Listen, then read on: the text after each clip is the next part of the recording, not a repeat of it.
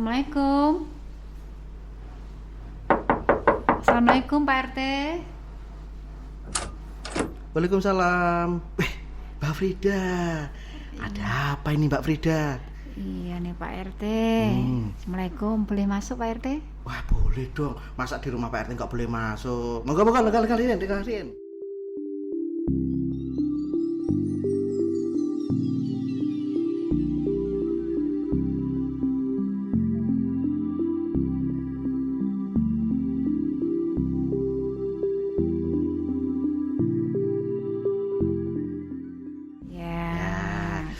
Ini kayaknya ada yang mau diobrol-obralkan ini. Kok diobralkan?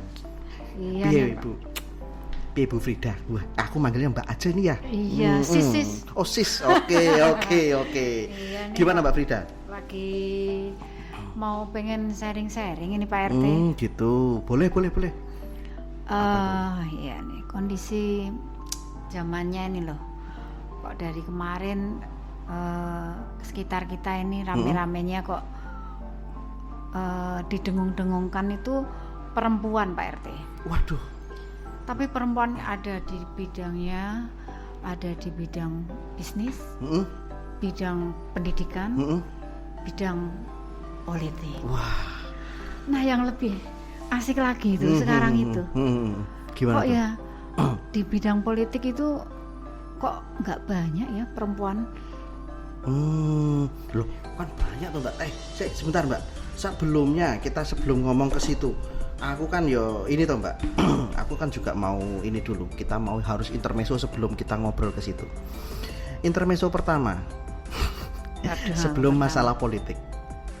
Gimana? Sudah lari berapa kilo hari ini? Saya hari ini nggak berat-berat. Tadi cuman 5 kiloan lah ya. Saya tiap hari berusaha untuk 5 kilo paling. 5 kilo? Dari rumah kemana? Enggak dari rumah kemana. Saya biasanya cari tempat yang memang agak treknya yang agak ada tingginya, ada datar. Ini berarti nggak terlalu nanjak, nggak terlalu. Ya, walaupun itu butuh tanjakan juga di tiap hari itu. Sudah berapa lama lari? Saya kalau lari udah lama, cuman berlatihnya ke ilmunya itu ya setahun inilah. Setahun ini. Tapi termasuk jarang loh Mbak Vida. Maksudnya nggak banyak cewek itu mau lari. Nggak banyak loh. Ini apakah dari kacamata saya atau bagaimana? Tapi saya lihat di luar sana tuh nggak banyak, tapi yang banyak tuh wong lanang. Apakah karena memang saya ketemunya banyak wong lanang yang lari gitu ya Mbak? Lari dari kenyataan. Aduh, kok ya disebut?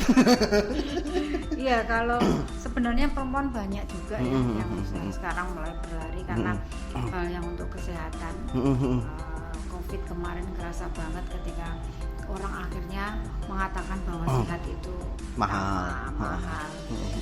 Ya daripada kita jalan-jalan itu browsing cari perlengkapan alat kesehatan, bagus kita bagaimana belajar ini lari yang benar bagaimana sesuai dengan kondisi tubuh tiap manusia itu kan beda-beda, betul. Dan kita berharap berlari itu tidak sekedar berlari, tapi juga harus kita ada teori-teorinya di mana itu untuk kesehatan kita, untuk bagaimana kita teknik-teknik itu secara benar, biar kita tidak kena risiko, biar kita tidak juga cedera.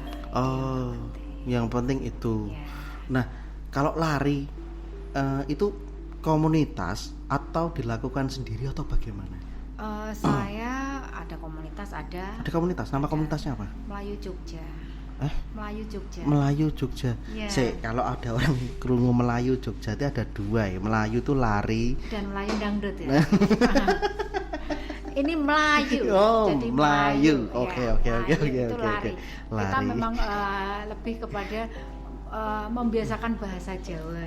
Gitu. Juga. Jadi antara Melayu Jogja, kok nggak berlari Jogja, tapi kita lebih kepada grup Melayu Jogja. Melayu Jogja. Itu sekarang komunitasnya ada berapa orang?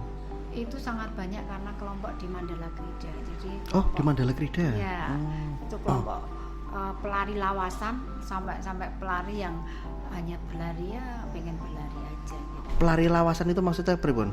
Ada mereka mantan atlet. Oh, mantan atlet. Ada banyak juga. Salah satunya siapa, Mbak? Pak Bambang ya. Pak Bambang. Ya, Oh, jadi, pelari. Oh iya, saya pernah tahu itu Pak Bambang tuh. jadi memang dia pelatih, kemudian ada siapa Pak Kris itu ya, yang dia udah usia sudah sangat Sepuh. tapi dia masih juga ke luar negeri untuk hanya mengikuti race. Oh, race. Oh. Race itu lomba. Oh, iya. Itu kalau ikut lomba, jadi yang sering diadakan di Jogja itu Mbak Frida juga sering ikut berarti? Ikut. Iya. Weh, tapi kok nggak pernah kelihat di Instagramnya ya, Mbak? Iya. Apa karena aku belum nge-add iya, aja? Itulah, iya. Makanya tadi dilihat. Jadi memang saya agak jarang-jarang sekarang upload ya, tapi ada lah. Gitu. Berlari ke yang fun, kemudian yang maraton. Maraton juga iya. Oh. Ya berlatih untuk itulah. Gitu. Tapi fun ya Mbak, kalau maksudnya kalau lari sama banyak orang itu menyenangkan. Menyenangkan dan itu kayak semacam kita pengen lagi gitu ya. Artinya, Oh gitu. Iya, walaupun capek apa tuh kita kadang aduh event apa ya yang pas gitu artinya. Oh. Kita ikut. Jadi sangat menyenangkan, lari itu sangat menyenangkan sebenarnya. Dan di tubuh tuh terasa banget. Jadi sangat terasa setelah itu kita beraktivitas kemudian kesehatan di tubuh kita ini nggak ngantuk ya. Kalau saya tuh nggak olahraga tuh udah tapi kayak loyo. Tapi kalau sudah olahraga itu luar biasa. Waduh. Bisa dilihat tuh saya cerah. Seger banget. Gitu. Nah, ya itu makanya Mbak Frida itu tadi aku kaget pas dengan ngetuk pintu. Sopo iki kan. Ternyata jenengan. Iya. Wah. Mau bercerita Pak ya itu tadi sekarang ini kan di setiap saya kumpul gitu ya sama wah sekarang itu zamannya sudah enggak enak kayak gitu. Nah, itu zaman enggak enak ya. Sekarang pemerintah dan lain sebagainya. Tapi kita sekarang ini nggak boleh juga menutup mata. Para ibu-ibu, terutama ibu-ibu, kemudian para perempuan ini juga jangan yang namanya anti politik. Gitu ya. Peran yang paling besar itu sebenarnya di negara ini adalah kenapa? Coba kita amati dari mulai bangun tidur. Yang lebih banyak berperan siapa? Ibu. Kita ke pasar bangun pagi, yang paling banyak di pasar adalah ibu. Ya kan? Para pedagang itu mereka jam 3 udah banyak ke pasar dan lain sebagainya. Pelaku perekonomian juga kebanyakan adalah perempuan, betul. Dan paling yang bisa resiko-resiko tentang kenaikan harga siapa? Perempuan. Dari mulai gula naik, cabai naik, beras naik, itu adalah perempuan. Satu lagi, harga pokok.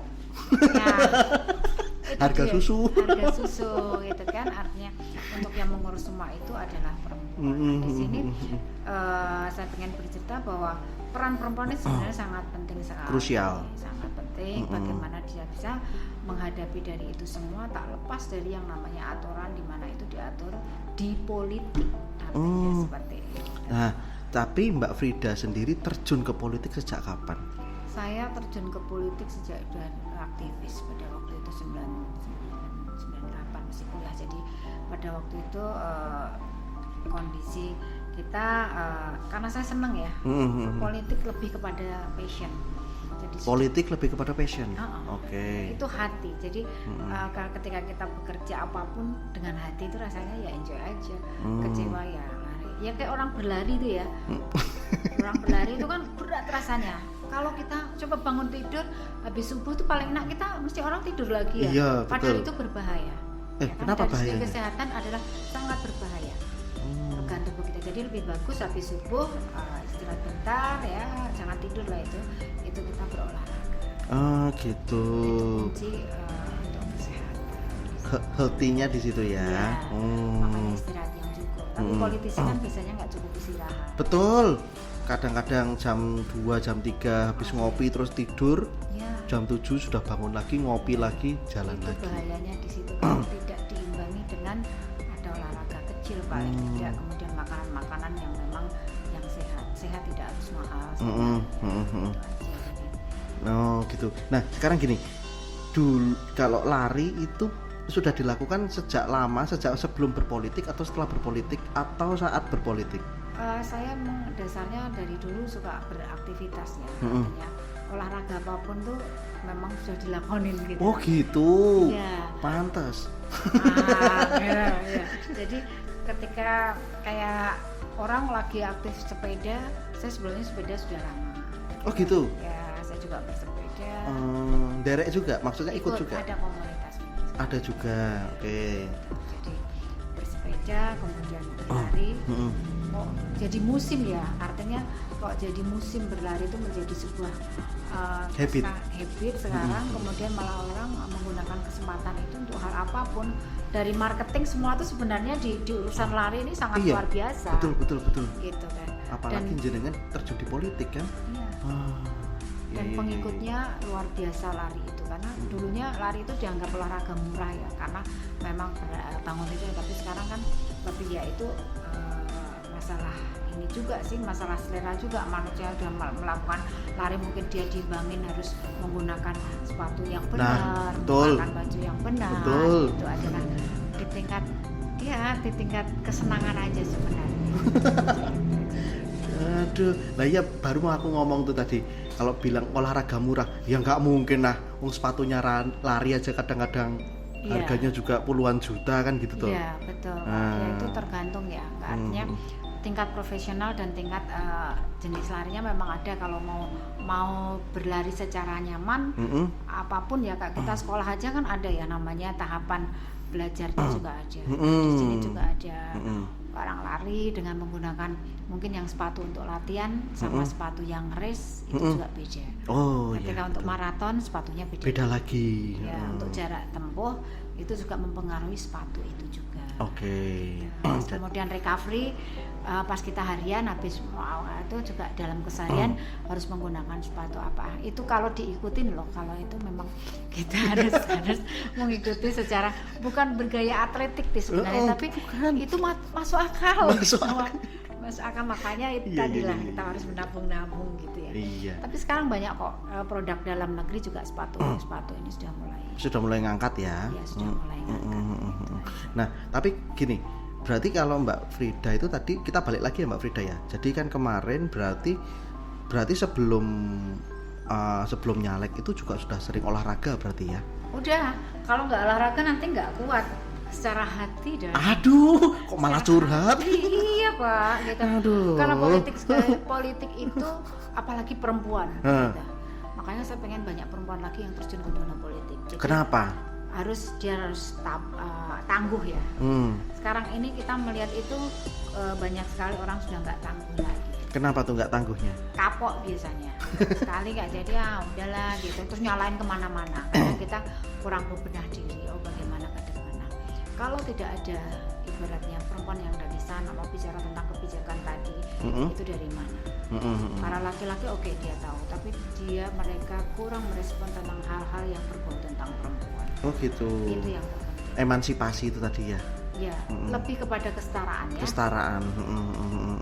Jadi kalau Mbak Frida malah pengen banget banyak ibu-ibu yang sekarang atau generasi muda yang wanita ini berharapnya pengen banget terjun di dunia politik berarti ya. Lebih banyak lagi.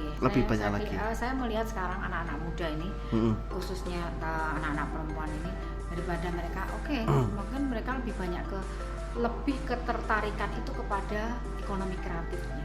Ya. Lebih banyak mereka ya bicara online-nya itu di sebuah produk.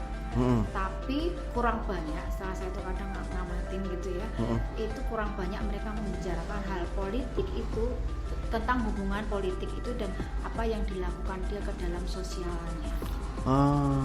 Jadi masalah politik akhirnya memang sangat luas sekali. Bagaimana sekarang kita lihat banyak kekerasan di mana-mana, ya kan? Banyak kejahatan juga di mana-mana. Rasanya nyawa ini sudah tidak ada harganya. Kayaknya orang bicara aja sudah ngawur. Padahal semuanya itu ada hukumnya.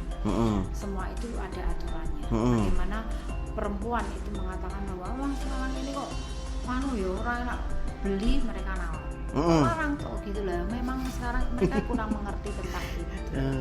Nah itu jadi apapun yang mereka lakukan, kita bangun tidur sampai tidur lagi itu adalah produk politik. Itu yang terpenting. Kita bangun tidur sampai tidur lagi itu produk politik. Ya.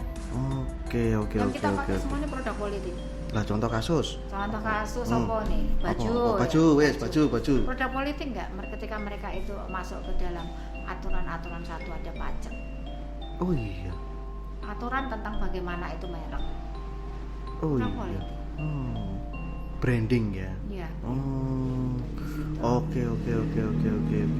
Jadi makin banyak Mbak Frida mengharapkan banyak kaum Bahan bakunya kan juga produk politik. Bagaimana ketika bahan baku itu dari luar negeri dia masuk ke Indonesia, produk politik bukan? Tuh ada tertanam di dalam aturan semuanya.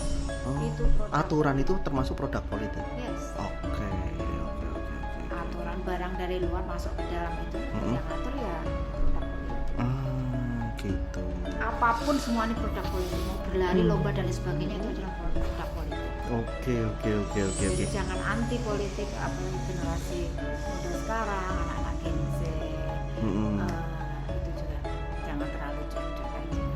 Iya. Dan jangan juga jangan cuek dan jangan juga terdistract sama hal-hal yang belum tentu benar apa adanya. Betul kan? Jadi memang harus dicari sumbunya di mana, ininya seperti apa, awalnya seperti apa. Nah, sekarang gini, Mbak Frida, aku tanya, sejak bermulai politik itu sejak berarti kalau mulai nyalek itu sejak kapan? Saya nyalek itu ketika ada pemilu yang waktu itu 2009. Saya 4 kali. 4 kali ini? Yes. Dan saya belum masuk, jadi hampir terus gitu. 4 kali Mbak. Aku sih bayangin 4 loh Mbak. Iya. Waduh. Ya, betul. Dan apakah ada kapok enggak? Nah, kenapa nggak kapok? Karena tadi pertama saya bilang bahwa passion.